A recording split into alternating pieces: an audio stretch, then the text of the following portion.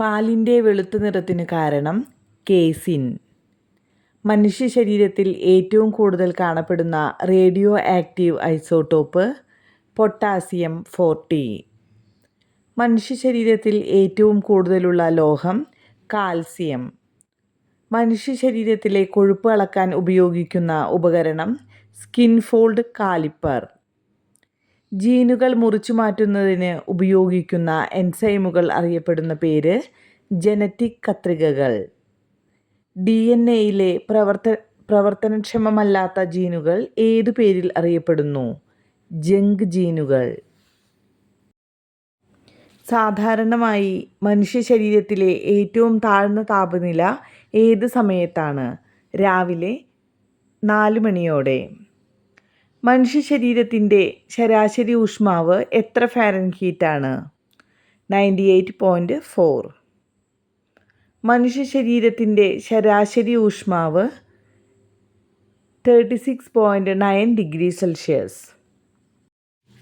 അവയവം മാറ്റിവയ്ക്കൽ ശസ്ത്രക്രിയയുടെ പിതാവ് Joseph Murray. എന്തിൻ്റെ ഒരു രൂപമാണ് കൊളസ്ട്രോൾ? കൊഴുപ്പ്. LDL എന്നതിൻ്റെ പൂർണ്ണരൂപം ലോ ഡെൻസിറ്റി ലിപ്പോപ്രോട്ടീൻ.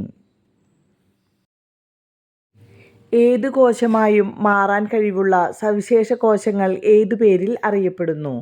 വിത്തുകോശങ്ങൾ. വിത്തുകോശങ്ങൾ കാണപ്പെടുന്ന ശരീരഭാഗങ്ങൾ ഏതെല്ലാം? ത്വക്ക്, മജ്ജ, അന്നപദം.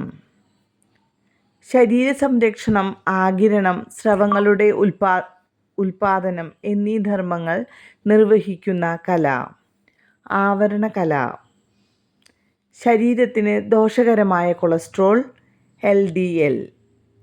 ശരീരത്തിലെ പ്രതിരോധ വ്യവസ്ഥയുമായി ബന്ധപ്പെട്ട ഏറ്റവും വലിയ അവയവം ഏത്?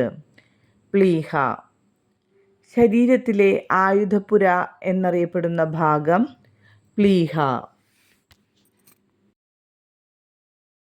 ശാരീരിക പ്രവർത്തനങ്ങൾ നിയന്ത്രിക്കുകയും ഏകോപിപ്പിക്കുകയും ചെയ്യുന്ന കല നാഡീകല.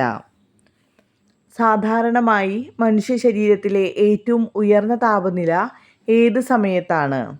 വൈകുന്നേരം 4 മുതൽ 7 വരെ. കെൽവിൻ സ്കെയിലിൽ മനുഷ്യ ശരീരത്തിൻ്റെ സാധാരണ ഊഷ്മാവ് എത്രയാണ്? 310. കൊതുക് മനുഷ്യ സാമീപ്യം തിരിച്ചറിയുന്നത് എങ്ങനെ? വിയർപ്പിലെ ലാക്റ്റിക് അമ്ലം മണത്തറിഞ്ഞ്. നവജാത ശിശു എന്നറിയപ്പെടുന്ന പ്രായം ഏതാണ്? ജനനം മുതൽ 28 ദിവസം വരെ 4 ആഴ്ച. മനുഷ്യ ഉത്ഭവത്തെക്കുറിച്ചും വംശീയ പരിണാമത്തെക്കുറിച്ചും പഠിക്കുന്ന വിജ്ഞാനശാഖ നരവംശശാസ്ത്രം. മനുഷ്യ വളർച്ചയിൽ എത്ര ഘട്ടങ്ങളുണ്ട്? 5. മനുഷ്യ ശരീരത്തിൽ ഏറ്റവും കൂടിയ അളവിൽ അടങ്ങിയിരിക്കുന്ന സംയുക്തം ജലം. മനുഷ്യ ശരീരത്തിൽ ശരാശരി എത്ര ലിറ്റർ ജലം ഉണ്ടാകും? 45. മനുഷ്യ ശരീരത്തിലെ ജലത്തിൻ്റെ അളവ് എത്ര ശതമാനമാണ്? 65.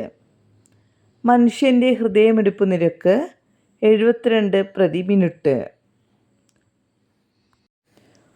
മുറിവുകളെക്കുറിച്ചുള്ള പഠനം ട്രോമറ്റോളജി. വിഷവസ്തുക്കളെക്കുറിച്ചും ജീവികളിൽ അവയുടെ പ്രവർത്തനങ്ങളെക്കുറിച്ചുമുള്ള പഠനം ടോക്സിക്കോളജി. പാലിന് രുചി നൽകുന്നത് ലാക്ടോസ്. മരുന്നുകളെക്കുറിച്ചുള്ള പഠനം ഫാർമക്കോളജി.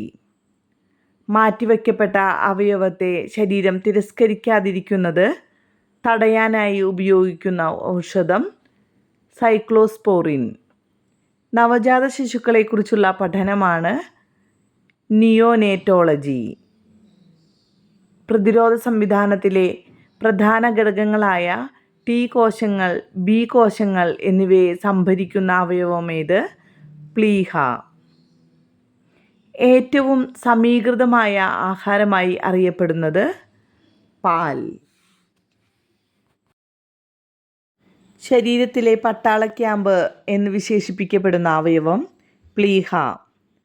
കാലുകളുടെ ചികിത്സയുമായി ബന്ധപ്പെട്ട വൈദ്യശാസ്ത്ര ശാഖ പോഡിയാട്രി. ലൈംഗികാവയവങ്ങളിലെ ബീജോത്പാദക കോശകങ്ങളിൽ നടക്കുന്ന വിഭജനത്തിൻ്റെ പേര് ഊനഭംഗം.